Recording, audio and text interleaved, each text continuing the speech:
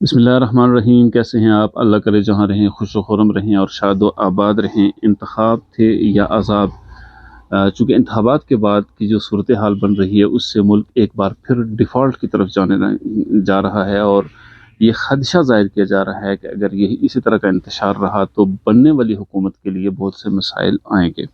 اس پر ہم تفصیل سے بات کرتے ہیں۔ اس کے علاوہ الیکشن کمیشن نے بہت سے حلقوں میں انتخابات کے جو حتمی نتائج ہیں ان کو روک دیا ہے، اس لیے کہ ان کے اوپر بہت سے اعتراضات ہیں، اور بہت سی جگہوں کے جس میں بالخصوص صوبائی حلقوں کے انتخابات کو اور ان کے نتائج کو چیلنج کر دیا گیا ہے۔ ان میں این اے 28 ہے، این اے 15، این اے 49 اور این اے 50 ان حلقوں کو کے نتائج کو چیلنج کر دیا گیا ہے، جبکہ این اے 47 اور 48 کو بالخصوص ان کے حتمی نتائج جاری کرنے سے الیکشن کمیشن نے روک دیا ہے۔ امریکی کانگریس میں بھی اور وہاں پر بھی بہت سے لوگوں کو پاکستان میں ہونے والے الیکشن کے حوالے سے اعتراضات ہیں۔ ان کا کہنا ہے کہ بہت سی بے قاعدگیاں ہیں اس کے اندر، اور بہت سے یعنی اعتراضات ہیں الیکشن کے حوالے سے پاکستان میں جو انعقاد ہوا ہے۔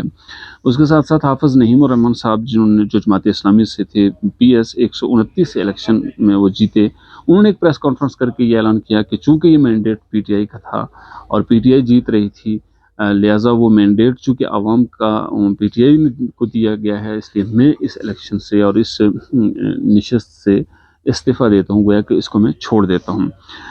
یہ ایک بہتر انڈیکیٹر تھا کہ ایک اچھی روایت ڈالی جا رہی ہے، لیکن اب ایم کیو ایم کی طرف سے یہ اعتراض کیا گیا ہے کہ ایم کیو ایم نے کہا ہے کہ چونکہ یہ مینڈیٹ ہم نے اس سیٹ کو چیلنج کیا ہوا تھا اور یہ ویسے بھی حافظ نعیم الرحمن کے پاس نہیں رہنی تھی، اس لیے انہوں نے پہلے ہی یہ اس کو چھوڑ دیا ہے۔ تو یہ بقول ایم کیو ایم کے کہ یہ کوئی بڑا کمال نہیں ہے۔ اور الیکشن کے بعد سٹاک مارکیٹ تیزی سے نیچے کی طرف آ رہی ہے۔ الیکشن کے ایک دن پہلے 64,143 پوائنٹ پر تھی سٹاک مارکیٹ، جبکہ اس وقت تقریباً 2,500 پوائنٹ سٹاک مارکیٹ گر چکی ہے۔ چونکہ معاشی استحکام جڑا ہوا ہے سیاسی استحکام کے ساتھ، اور اس وقت کوئی بھی پارٹی چونکہ حکومت بنانے کی پوزیشن میں نہیں ہے، اور سیاسی افراتفری کی وجہ کا اثر سٹاک مارکیٹ پر ہے۔ دوسری طرف اگر معاشی اعتبار سے دیکھا جائے تو چونکہ آخری قسط آنی تھی آئی ایم ایف کی طرف سے، اور اس کا جائزہ مشن بھی پاکستان آنا تھا، نیکسٹ مہینے اس نے آنا ہے یا اس مہینے کے آخر میں وہ آئے گا، اس حوالے سے بھی ان خدشات کا اظہار کیا جا رہا ہے کہ چونکہ پاکستان میں ہونے والے الیکشن کے اندر بہت سی بے قاعدگیاں سامنے آئی ہیں اور بہت سے ایشوز سامنے آئے ہیں، جس کی وجہ سے ان الیکشن کی کریڈیبلٹی پر بہت حرف آیا ہے۔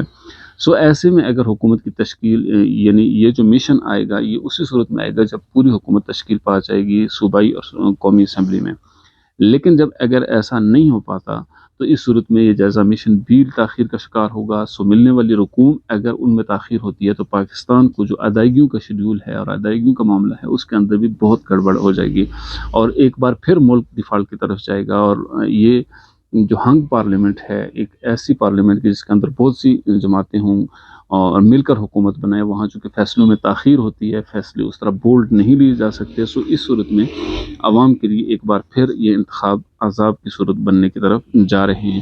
اگرچہ کوشش کی جا رہی ہے کہ ایک ایسی حکومت تشکیل دی جائے کہ جو بہتر پرفارم کر سکے، لیکن حالات اور واقعات سے یہ اندازہ کیا جا سکتا ہے کہ ایک ہنگ پارلیمنٹ بنے گی، ایک ایسی حکومت کی جو کمزور ہوگی، سو اس کا سارا خمیازہ عوام کو بھگتنا پڑے گا۔ ہماری ویڈیو کیسی رہی؟ اگر آپ کو پسند آئے تو اسے لائک اور شیئر ضرور کیجیے۔ السلام علیکم ورحمۃ اللہ۔